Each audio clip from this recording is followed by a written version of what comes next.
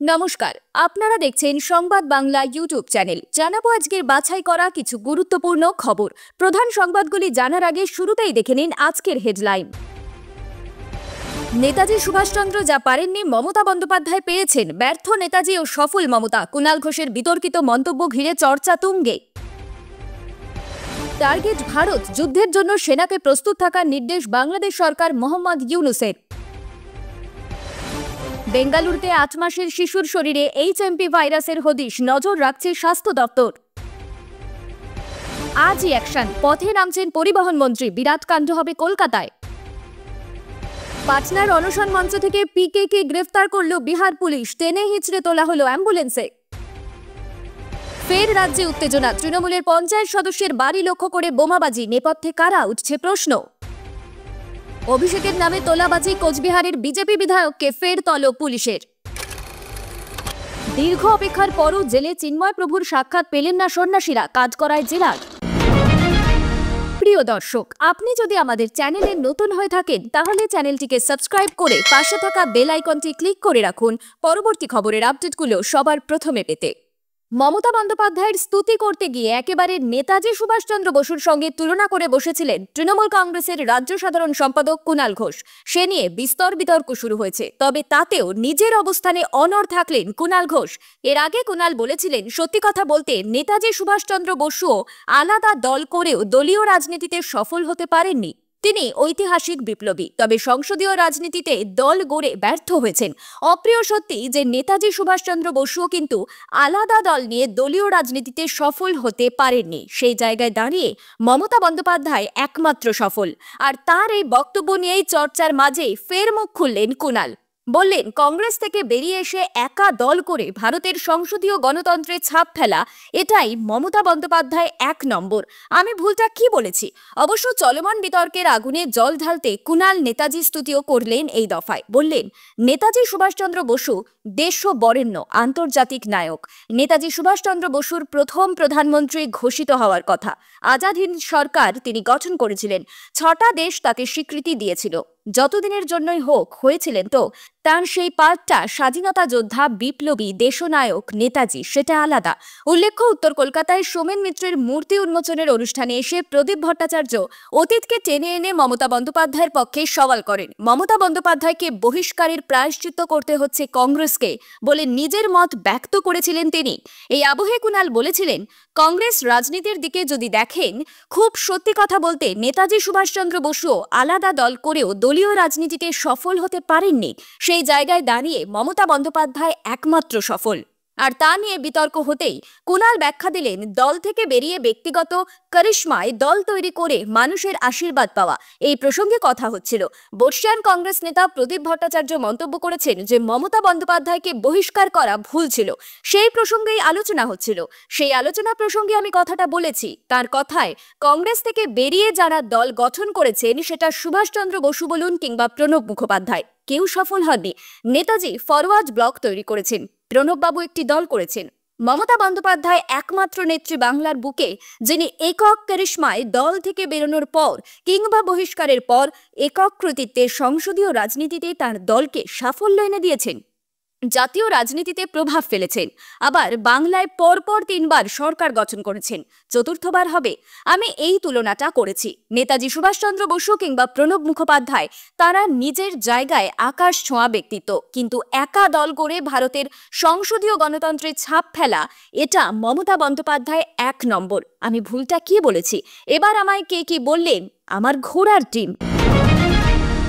ভারতের বিরুদ্ধে যুদ্ধের জন্য বাংলাদেশ সেনাবাহিনীকে প্রস্তুত থাকার নির্দেশ দিলেন অন্তর্বর্তী সরকারের প্রধান উপদেষ্টা মোল্লা মোহাম্মদ ইউনূস। রবিবার 5ই জানুয়ারি রাজবাড়ীতে বাংলাদেশ সেনার 55 পদাতিক ডিভিশনের সামরিক মহড়া অনুষ্ঠানে তিনি বলেন, বাংলাদেশের বিরুদ্ধে ষড়যন্ত্র চালাচ্ছে। ওই ষড়যন্ত্র ভেস্তে দিতে বাংলাদেশ সেনাকে সবসময় যুদ্ধের জন্য প্রস্তুত থাকতে হবে। দেশের সার্বভৌমত্ব রক্ষায় প্রাণ বলিদানের জন্য প্রস্তুতি নিতে হবে। মহড়া থেকেই বাস্তবের প্রস্তুতি, যাতে প্রকৃত যুদ্ধে আমরা আমরা সফলভাবে বিজয়ী হতে পারি। সেনাবাহিনীর লক্ষ্যই হলো সব পরিস্থিতিতে দেশকে রক্ষা করা, বিজয়ী হওয়া। মোল্লা ইউনুসের ওই মন্তব্যের সময় মঞ্চে উপস্থিত ছিলেন বাংলাদেশ সেনাবাহিনীর প্রধান ওয়াকারুজ্জামান, বিমান বাহিনীর প্রধান হাসান মোহাম্মদ খান ও নৌবাহিনীর প্রধান অ্যাডমিরাল এম নাজমুল হাসান ও যশোর সেনানিবাসের প্রধান মেজর জেনারেল JM ইমদাদুল ইসলাম। রাজবাড়িতে এদিন প্রায় ঘণ্টাখানেক ধরে সেনাবাহিনী ও বিমান বাহিনীর মহড়া প্রত্যক্ষ করেন তিনি। শত্রুপক্ষের আক্রমণ মোকাবিলা করা হবে কিভাবে তাও প্রদর্শিত হয়। সেনাবাহিনীর অত্যাধুনিক ট্যাঙ্ক, কামান আর মর্টার সেলের মাধ্যমে শত্রু বধের দৃশ্য ফুটিয়ে তোলা হয়। মহড়া অনুষ্ঠান শেষে সেনা সদস্যদের উদ্দেশ্যে দেওয়া ভাষণে মোল্লা ইউনুস বলেন, দেশের সার্বভৌমত্ব রক্ষায় সবসময় যুদ্ধের জন্য আমাদের প্রস্তুত থাকতে হবে। একদল হায়না বাংলাদেশের দিকে কুনজর দিয়েছে। ওই কুনজর থেকে মাতৃভূমিকে রক্ষার দায়িত্ব আপনাদের। যে খেলোয়াড় যত পরিশ্রম করে বা প্রস্তুতি নেয়, খেলায় বিজয়ী হওয়ার সম্ভাবনাও তার তত বেশি। যুদ্ধের ক্ষেত্রেও তাই। আপনাদের নিয়মিত প্রশিক্ষণ চালিয়ে যেতে হবে, বাস্তবসম্মত ও যুগোপযোগী প্রশিক্ষণ নিতে হবে। হিউম্যান মেটানিউমোভাইরাস অর্থাৎ HMVP আক্রান্ত বেঙ্গালুরুর এক শিশু। 8 মাসের এক শিশুর শরীরে এই ভাইরাসের সংক্রমণ মিলেছে। এক বেসরকারি হাসপাতালে চিকিৎসা চলছিল ওই শিশুর। সেখানেই নমুনা পরীক্ষায় সংক্রমণের হদিশ পাওয়া যায়। কর্ণাটকের স্বাস্থ্য দপ্তর জানিয়েছে, নমুনাটি কোনো সরকারি ল্যাবরেটরিতে পরীক্ষা করা হয়নি। তবে স্বাস্থ্য দপ্তরের এক সূত্র সংবাদ মাধ্যম ইন্ডিয়া টুডেকে জানিয়েছে, এক বেসরকারি হাসপাতাল থেকে কথা জানা গিয়েছে। বেসরকারি হাসপাতালে হওয়া পরীক্ষাকে সন্দেহ করার কোনো কারণ আমাদের কাছে নেই। সংবাদ মাধ্যম নিউজ 18 জানিয়েছে, ভাইরাসের সংক্রমণের কথা নিশ্চিত করেছে সে রাজ্যের স্বাস্থ্য দপ্তর। কর্ণাটকের প্রশাসন এই সংক্রমণের বিষয়টি ইতিমধ্যেই স্বাস্থ্য মন্ত্রককেও জানিয়েছে। তবে চীনে যে HMP ভাইরাসের সংক্রমণ ছড়িয়েছে, এটিও সেই একই প্রজাতির কিনা তা এখনও অস্পষ্ট। স্বাস্থ্য দপ্তরের এক সূত্র ইন্ডিয়া টুডেকে জানিয়েছে, চীনে এই ভাইরাসের কোন প্রজাতির সংক্রমণ ছড়িয়েছে সে বিষয়ে এখনও তথ্য পাওয়া যায়নি। ফলে এই ভাইরাসটি প্রজাতির বিষয়ে নিশ্চিত হওয়া যাচ্ছে না। সম্প্রতি চীনে HMP ভাইরাসের সংক্রমণ ঘিরে উদ্বেগ দানা বাঁধতে শুরু করেছে ভারত সহ বিশ্বের অন্যান্য দেশগুলিতে। যদিও চীন জানিয়েছে এটি একটি মরশুমের সংক্রমণ। এটিকে শুধুমাত্র শীতকালীন সংক্রমণ বলেই ব্যাখ্যা করছে চীন। চীনের পরিস্থিতির উপর নজর রাখছে ভারতও। তবে দেশবাসীকে অযথা উদ্বিগ্ন না হওয়ার পরামর্শ দিয়েছে স্বাস্থ্য মন্ত্রক। একই সঙ্গে এই ভাইরাসের বিষয়ে সময় সময় তথ্য দেওয়ার জন্য বিশ্ব স্বাস্থ্য সংস্থা WHO-কেও অনুরোধ করেছে স্বাস্থ্য মন্ত্রক। দেশবাসীকে আশ্বস্ত করে কেন্দ্র সম্প্রতি জানিয়েছে, HMVPর মতো ভাইরাসের অস্তিত্ব দেশে ইতিমধ্যেই রয়েছে। এখন স্বাস্থ্য পরিষেবার যা পরিকাঠামো, তাতে এই রোগের মোকাবিলা করায় কোনো সমস্যা নেই। তাই দেশবাসীকে শান্ত এবং সতর্ক থাকতে অনুরোধ করছে স্বাস্থ্য মন্ত্রক। পাশাপাশি পরিচ্ছন্নতা বজায় রাখার কথাও বলেছে তারা। স্বাস্থ্য মন্ত্রক সম্প্রতি এক বিবৃতিতে জানিয়েছে, স্বাস্থ্য কেন্দ্রগুলির পরিষেবা খতিয়ে দেখার জন্য মক ড্রিল করা হয়েছে। তাতে দেখা গিয়েছে এ ধরনের পরিস্থিতির মোকাবিলার জন্য সেগুলি তৈরি হয়েছে। তবে কেরল সরকার ইতিমধ্যে সতর্কতামূলক পদক্ষেপ করতে শুরু করেছে। সে রাজ্যের স্বাস্থ্য দপ্তর থেকে বয়স্ক এবং অন্তঃসত্ত্বাদের বাড়ির বাইরে কিংবা কোনো জনবহুল স্থানে মাস্ক ব্যবহারের পরামর্শ দেওয়া হয়েছে। ঘন্টার পর ঘন্টা দাঁড়িয়ে থেকেও দেখা নেই বাসের। কলকাতার রাস্তায় এই ছবি পরিচিত কম বেশি সকলেরই। এবার সেই দৃশ্য স্বচক্ষে দেখছেন খোদ রাজ্যের মুখ্যমন্ত্রী মমতা বন্দ্যোপাধ্যায়। কথা বলে খোঁজ নিয়েছেন পথে ঘাটে অপেক্ষারত সাধারণ মানুষের সাথে। তাঁদের থেকেই তিনি জানতে পেরেছেন রাস্তায় সরকারি বেসরকারি বাসের দেখা নেই। তাই ঘন্টার পর ঘন্টা তারা অপেক্ষা করছেন। গত বৃহস্পতিবার নবান্নে প্রশাসনিক বৈঠকে গণপরিবহনের এই বেহাল দশার তথ্য তুলে ধরে সাইলেন্ট ডিপার্টমেন্ট বলে ধমক দিয়েছেন মুখ্যমন্ত্রী মমতা বন্দ্যোপাধ্যায়। তারপরেই রাজ্যের প্রশাসনিক প্রধানের ধমকের মুখে পড়েন রাজ্যের পরিবহন মন্ত্রী স্নেহাশিস চক্রবর্তী। লাগাতার মুখ্যমন্ত্রীর একের পর এক প্রশ্নের মুখে পড়েন মন্ত্রীমশাই। মমতার কড়া ডোজের পরেই তাঁর নির্দেশ মেনে আজ সোমবার পথে নামছেন পরিবহন মন্ত্রী। তার সাথেই থাকবেন পরিবহন সচিবও। এবার খোদ রাজ্যের পরিবহন মন্ত্রীও সরেজমিনে দেখবেন বাস এবং মিনি বাসের হাল হকিকত।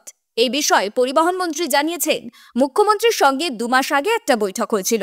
রাস্তায় বেরিয়ে মানুষ যাতে সরকারি বাস পান তার জন্য একাধিক রুটে ফ্রিকোয়েন্সি বাড়ানোর পরামর্শ দিয়েছিলেন তিনি। তারপর সমীক্ষা করে কলকাতা লাগোয়া 35টি রুটকে চিহ্নিত করে বাড়ানো হয়েছে বাসের সংখ্যা।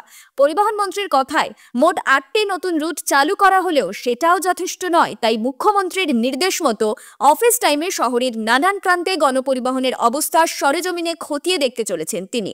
প্রসঙ্গত পরিবহন দপ্তর সূত্রে খবর, মন্ত্রীর নির্দেশে বৃহত্তর কলকাতা জুড়ে 8টি নতুন রুট চালু করার পাশাপাশি বাসের ট্রিপ এবং সংখ্যা বাড়ানো হলেও এখনো পর্যন্ত পর্যাপ্ত বাস এবং চালক কন্ডাক্টর যথেষ্ট অভাব রয়েছে। এমনকি ইতিমধ্যেই অনেকে অবসরও নিয়েছেন। শূন্যস্থান পূরণ হয়নি এখনো। জানা যাচ্ছে সিএসটির হাতে এখন মোট 600টি বাস আছে, কিন্তু হলে কি হবে, এখনো 400টির বেশি বাস চালানো যাচ্ছে না। আর এক্ষেত্রে উঠে আসছে বাস ভাড়ার মতন বিষয়। বলা হচ্ছে জ্বালানি ও অন্যান্য খরচ বাড়লেও ভাড়া না বাড়ায় নিগমের আয় বাড়েনি। রাজ্য সরকার আগে কর্মীদের বেতন দিলেও চলতি আর্থিক বছর থেকে বেতনের 90%ই দিয়ে থাকে। বাকি টাকা স্বল্প আয় থেকে রক্ষণাবেক্ষণ এবং নানা খরচ মেটাচ্ছে পশ্চিমবঙ্গ পরিবহন নিগম। তাই বাস বাড়ালেও অতিরিক্ত তেলের খরচ ও চালক কন্ডাক্টররা তাদের ওভারটাইমের টাকা পাচ্ছেন না। আগেই বাতিল হয়েছে 15 বছরের পুরনো বাস। এই পরিস্থিতিতে গণপরিবহনে বাসের বিরাট সংকট দেখা দিয়েছে। অল ইন্ডিয়া বাস মিনিবাস সমন্বয় সমিতির সাধারণ সম্পাদক রাহুল চট্টোপাধ্যায়, সিটি সাববার্ন বাস সার্ভিসের সাধারণ সম্পাদক টিটু সাহা এবং মিনি বাস কোঅর্ডিনেশন কমিটির স্বপন ঘোষ এই বিষয়ে বলেছেন, রাজ্য সরকার 2018 সালের পর থেকে সাধারণ যাত্রীদের কথা ভেবে বাস ভাড়া বাড়ায়নি। এর ফলে অনেক বাস মালিকরা উৎসাহ হারিয়েছেন। তাই নতুন বাস নামছে না। আগে এই সমস্যা মেটাতে হবে। বিপাকে প্রশান্ত কিশোর। পাটনার গান্ধী ময়দানে অনির্দিষ্টকালের জন্য অনশনরত জনসুররাজ প্রধান প্রশান্ত কিশোরকে ভোর রাতে আটক করল Bihar police. 13 December Bihar public service commission পরিচালিত প্রিলিমিনারি পরীক্ষা বাতিলের দাবিতে বৃহস্পতিবার থেকে জনসুরাজের প্রতিষ্ঠাতা আমরণ অনশন করছেন প্রশান্ত কিশোর। বিপিএসসি পরীক্ষায় অনিয়মের অভিযোগ তুলেছিলেন প্রশান্ত কিশোর। এদিকে সরকার পুনরায় পরীক্ষা নেওয়ার ঘোষণার পরে সেই আন্দোলন আরও তীব্র হয়েছে। প্রশান্ত কিশোরের দাবি, সরকারের এই পদক্ষেপ থেকে স্পষ্ট যে অনিয়ম হয়েছে। এরই মাঝে জেলা প্রশাসন প্রশান্ত কিশোর এবং তার 150 জন সমর্থকের বিরুদ্ধে এফআইআর দায়ের করেছিল। বলা হয়, প্রশান্ত কিশোরের এই বিক্ষোভ অবৈধ। এই আবহে সোমবার ভোর রাতে প্রশান্ত কিশোরকে গান্ধী ময়দান থেকে তুলে নিয়ে যায় পুলিশ। আধিকারিকদের সূত্রে জানা গিয়েছে, প্রশান্ত কিশোরকে একটি অ্যাম্বুলেন্সে এইমসে নিয়ে যাওয়া হচ্ছিল, তবে তিনি চিকিৎসা করতে অস্বীকার করেছেন এবং অনশন চালিয়ে যাবেন বলে জানিয়েছেন। পুলিশ কর্মকর্তাদের একটি দল ভোর 4টে নাগাদ বিক্ষোভের স্থানে পৌঁছে তাকে ঘটনাস্থল থেকে সরানোর চেষ্টা করে। তিনি উঠতে অস্বীকার করলে প্রশান্ত কিশোরকে প্রাথমিকভাবে আটক করে পুলিশ। প্রশান্ত কিশোর এই বছরের 2রা জানুয়ারি তার অনশন শুরু করেন। প্রশ্নপত্র ফাঁস এবং অনিয়মের কারণে বিপিএসসি পরীক্ষা বাতিলের দাবিতে আন্দোলনরত শিক্ষার্থীদের সমর্থন করে অনশনে বসেন প্রশান্ত কিশোর। গত বছরের 13 ডিসেম্বর পরীক্ষা অনুষ্ঠিত হয়। প্রশান্ত কিশোর বলেন, আমি আমার সর্বশক্তি দিয়ে শিক্ষার্থীদের সঙ্গে আছি এবং সমস্যার সমাধান না হওয়া পর্যন্ত আমি আমরণ অনশনে বসব। ভোর রাতে তৃণমূল পঞ্চায়েত সদস্যের বাড়ি লক্ষ্য করে বোমা ছোড়ার অভিযোগ। ঘটনাকে কেন্দ্র করে উত্তেজনা দক্ষিণ 24 পরগনা জেলার কুলপি থানার দক্ষিণ গাজীপুর পঞ্চায়েত এলাকায়। ঘটনার পর থেকে আতঙ্কিত ছামনাবুনি গ্রামের পঞ্চায়েত সদস্য শাহরুল পাইক ও তার পরিবারের সদস্যরা। ঘটনার প্রতিবাদ জানিয়ে সরব হয়েছেন দলের বুথ সভাপতিও। খবর পেয়ে ঘটনাস্থলে পৌঁছেছে কুলপি থানার পুলিশ। দুষ্কৃতীদের খোঁজে চালানো হচ্ছে তল্লাশি। তবে দলের অন্দরের গোষ্ঠী কোন্দলকেই দায়ী করেছেন পঞ্চায়েত সদস্য শাহরুল পাইক। আরেক পঞ্চায়েত সদস্যের বক্তব্য, আমাদের এখানকার সদস্য তার বাড়ির বাথরুমের দেওয়ালে বোমাবাজি হয়। যে সময় নামাজ পড়তে ওঠে তখনই উঠেছিল। ঘুম থেকে ওঠার পর কখন বাথরুমে যায় সেটাও জানতো ওরা। সব আগে থেকেই রেকি করে রাখা ছিল। আমাদের আরেক মেম্বারকে তো কিছুদিন আগেই কুপিয়ে খুন করা হয়েছে। প্রসঙ্গত, গত 8 ডিসেম্বর সন্ধ্যা নাগাদ দৌলতপুর গ্রামের দলের পঞ্চায়েত সদস্য নুরুদ্দিন হালদারকে কুপিয়ে খুন করা হয়েছিল। নামাজ পড়তে যাওয়ার পথে ফাঁকা রাস্তায় অন্ধকারের মধ্যে ঘিরে ধরে অতর্কিতে নুরুদ্দিনকে কুপিয়ে খুন করা হয়। তৃণমূল সাংসদ অভিষেক বন্দ্যোপাধ্যায়ের নামে তোলাবাজি কাণ্ডে পুলিশের নজরে কোচবিহারের বিজেপি বিধায়ক নিখিল রঞ্জন দে ফের 8 জানুয়ারির মধ্যে শেক্সপিয়ার সরণি থানায় তলব করা হয়েছে তাঁকে। এর আগে গত 30 ডিসেম্বর তলব করা হয় বিধায়ককে। সেবার অবশ্য পুলিশি তলবে থানায় হাজিরা দেননি তিনি। কিছুটা সময় চেয়ে কলকাতা পুলিশকে ইমেল করেছিলেন। এবার তলবে সাড়া দেন কিনা বিধায়ক, সেদিকেই নজর সকলের। উল্লেখ্য, কালনা পুরসভার চেয়ারম্যান আনন্দ দত্ত পুলিশের কাছে অভিযোগ করেছিলেন। গত 27 ডিসেম্বর তাঁকে ফোন করে বলা হয় অভিষেক বন্দ্যোপাধ্যায়ের অফিস থেকে ফোন করা হচ্ছে। বলা হয় চেয়ারম্যানের বিরুদ্ধে একাধিক জায়গা থেকে আর্থিক তছরূপের অভিযোগ উঠেছে। যে কোনো মুহূর্তে তার বিরুদ্ধে ব্যবস্থা নেবে পুলিশ। তার আরও দাবি, যদি 5 লক্ষ টাকা দেন তাহলে পুলিশি ধরপাকড় থেকে মুক্তি পাবেন বলে ফোনে বলা হয়েছিল। যে মোবাইল নম্বর দিয়ে ফোন করা হয়েছিল সেটির লোকেশন ট্র্যাক করে দেখা যায় হুগলি থেকে সেই ফোনটি এসেছিল। পাল্টা চেয়ারম্যানকে দিয়ে প্রতারকদের টোপ দেয় পুলিশ। যে নম্বরে ফোন এসেছিল সেই নম্বরে চেয়ারম্যান ফোন করে তাদের দাবি মতো টাকা দিতে রাজি বলে জানিয়ে এমএলএ হোস্টেলে ডাকেন ওই প্রতারকদের। এমএলএ হোস্টেলে বিজেপি বিধায়ককে দিয়েই ইমরান শেখ নামে এক যুবক ঘর বুকিং করেছিল। কোচবিহারের বিজেপি বিধায়ক নিখিল রঞ্জন দের ঘরটি বুক করা হয়েছিল। এই তথ্য সামনে আসার পর থেকেই রাজনৈতিক মহলে জোর শোরগোল। ঘটনা খতিয়ে দেখা হবে বলেই জানান বিধানসভার স্পিকার বিমান বন্দ্যোপাধ্যায়। তারপর শেক্সপিয়ার সরণি থানার পুলিশ তলব করে বিধায়ককে। সোমবার থানায় হাজিরা দেওয়ার কথা ছিল তার। বিরোধী দলনেতা শুভেন্দু অধিকারীর পরামর্শ মতো পুলিশি তলবে থানায় হাজিরা দেবেন বলে জানিয়েছিলেন। তবে পরে তিনি পুলিশি তলবের পরিপ্রেক্ষিতে কিছুটা সময় চেয়ে নেন। বাংলাদেশে ক্রমশ কোণঠাসা সংখ্যালঘুরা, আর বিচারের নামে প্রহসনের ধারাবাহিকতা জারি রয়েছে এখনো। জেলবন্দি ইস্কনের সন্ন্যাসী চিন্ময় প্রভুর সঙ্গে সতীর্থদের দেখা পর্যন্ত করতে দেওয়া হচ্ছে না। ভয়েস অফ বাংলাদেশি হিন্দুস নামে এক সংগঠনের দাবি অনুযায়ী রবিবার চট্টগ্রামের কারাগারে ইস্কনের সন্ন্যাসীর সঙ্গে দেখা করতে গিয়েছিলেন 7 জনের সন্ন্যাসী দল। তাদের দীর্ঘক্ষণ অপেক্ষা করানোর পর দেখা করতে দেওয়া হয়নি বলে অভিযোগ। এর জন্য তারা কাঠগড়ায় তুলেছেন দায়িত্বপ্রাপ্ত জেলারকে।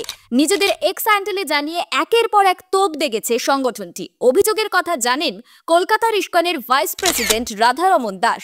ভয়েস অফ বাংলাদেশি হিন্দুসের তরফে অভিযোগ, রবিবার প্রায় 3 ঘন্টা ধরে 7 সন্ন্যাসীকে অপেক্ষা করানো হয়েছে, কিন্তু শেষে জানানো হয় তারা চিন্ময় প্রভুর সাক্ষাৎ পাবেন না, কারণ নিয়ম অনুযায়ী শুধুমাত্র নিজের স্ত্রী, ছেলে এবং আইনজীবীর সঙ্গেই দেখা করার অনুমতি রয়েছে তাঁর। এই যুক্তিতে রবিবার ওই সন্ন্যাসী দলকে দেখা করতে দেওয়া হলো না। এতক্ষণ অপেক্ষার পর খালি হাতে ফিরে আসতে হয় তাদের, আর তারপরই নিজেদের সোশ্যাল মিডিয়ায় নিয়ে ক্ষোভ উগড়ে দেন। সংগঠনের এক্স হ্যান্ডেলে একাধিক পোস্টে দাবি, ওই 7 জন পুলিশের অনুমতি নিয়েই জেলে গিয়েছিলেন চিন্ময় কৃষ্ণের সঙ্গে দেখা করতে, কিন্তু তা সত্ত্বেও জেল কর্তৃপক্ষের এই আচরণ কেন? তাদের আশঙ্কা জেলের মধ্যে ইস্কনের সন্ন্যাসীর বিরুদ্ধে বড়সড় কোনো ষড়যন্ত্র ঘটছে, হয়তো হত্যার ছক চলছে।